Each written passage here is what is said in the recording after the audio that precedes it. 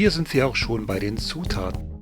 Ich nehme hier 400 bis 500 Gramm Mehl, dann 2 Eier, natürlich von den eigenen Hühnern, etwas Salz, ein Dreiviertel Päckchen Backpulver, 50 Gramm Zucker, 100 Gramm geschmolzene Butter und natürlich 500 Gramm Quark.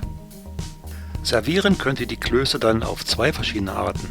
Einmal nehmt ihr 100 Gramm Butter und schmelzt die mit Zucker und Zimt oder saure Sahne und macht da Zucker und Zimt rein.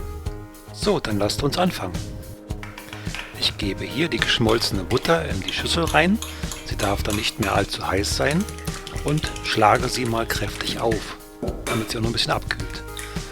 Dann kommen die 2 Eier, natürlich von den eigenen Hühnern, in diesem Fall, man sieht's, herein und das Ganze wird nochmal kräftig aufgeschlagen.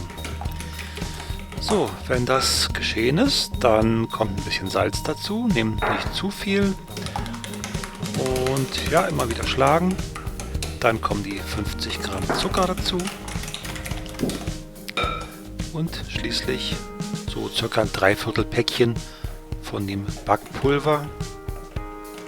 Das ist dann nicht ganz so kritisch, wie viel das dann ist am Ende. Und natürlich jetzt der Quark. Ich habe hier 40-prozentigen Quark genommen. Es gibt noch mal ein bisschen Fett für die Klöße. Das Ganze wird dann jetzt mit dem Löffel umgerührt. So, und jetzt kommen wir zum Mehl. Und zwar ist das so eine Sache. Also der ganze Teig wird nachher natürlich sehr klebrig werden. Ich starte hier mal mit 400 Gramm Mehl für den Anfang und gebe dann nachher, wenn ich das mit den Händen knete, es ist wirklich sehr klebrig, immer noch ein bisschen Mehl dazu, damit es dann nicht ganz so doll klebt. So, das wird dann nochmal gut durchgeknetet und am Ende kommt dann ein Teig raus, den ihr auf das Holzbrett legen könnt. Aber wundert euch nicht, der Teig wird weiterhin klebrig bleiben. Zumindest war das bei mir jetzt so, dass er immer an den Händen ein bisschen kleben geblieben ist. Wichtig ist, dass das Mehl hier gut eingeknetet wird und das Ganze so eine homogene Masse ergibt. So, noch ein bisschen durchwalken. Und dann ist das Ganze auch schon fertig. Dieser Teig hier, der reicht für ca. 5 bis 6 Personen. Jetzt mache ich da eine Wurst draus, damit man davon eben die Klöße gut abstechen kann. So, jetzt sind wir an den Herd umgezogen. Hier habe ich einen Topf mit kochendem gesalzenem Wasser schon mal vorbereitet. Und hier lasse ich schon mal ein bisschen Butter schmelzen. Jetzt müssen wir hier von dem Teig eben kleine Klöße abstechen mit einem Löffel oder wir formen kleine runde Klößchen und lassen die hier 15 Minuten in dem Salzwasser garen. So, jetzt wird es nochmal interessant. Also, ich kann euch sagen, nehmt lieber kleinere Klöße, also macht die ungefähr halb so groß, wie ich die jetzt hier gemacht habe, weil die in dem Wasser nochmal ganz schön aufgehen werden. Das werdet ihr hier gleich sehen und ich hätte mir gewünscht, dass ich einen größeren Topf genommen hätte, wo die dann ein bisschen mehr Platz hatten, die Klöße. Oder Platz gehabt hätten. So ist richtig.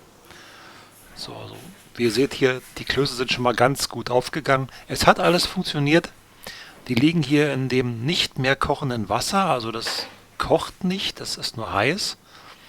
Und ab und zu drehe ich dann die Klöße hier mal so um, dass die auch von oben auch ein bisschen Hitze kriegen.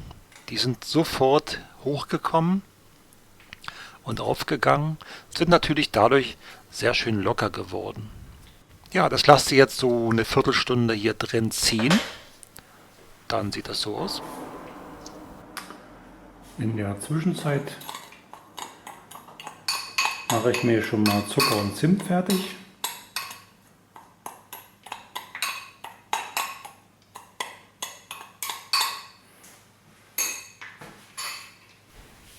So, gleich sind sie fertig.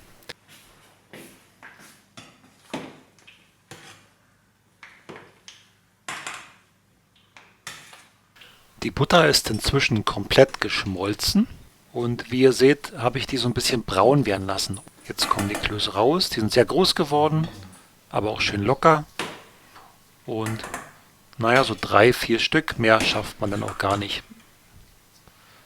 Jetzt kommt die braun gewordene Butter drüber.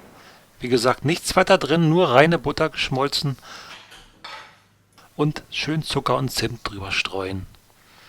Das ist natürlich eine richtige Kalorienbombe, aber sehr lecker. Hier nochmal die Kostprobe im Detail. Könnt ihr nochmal gucken, wie das hier aussieht. Schön locker, süß, fett. Sehr gut. Statt Fett könnt ihr auch saure Sahne mit Zucker und Zimt zum Servieren nehmen. So, das war's für heute. Tschüss, bis zum nächsten Mal und Abo nicht vergessen. Ciao.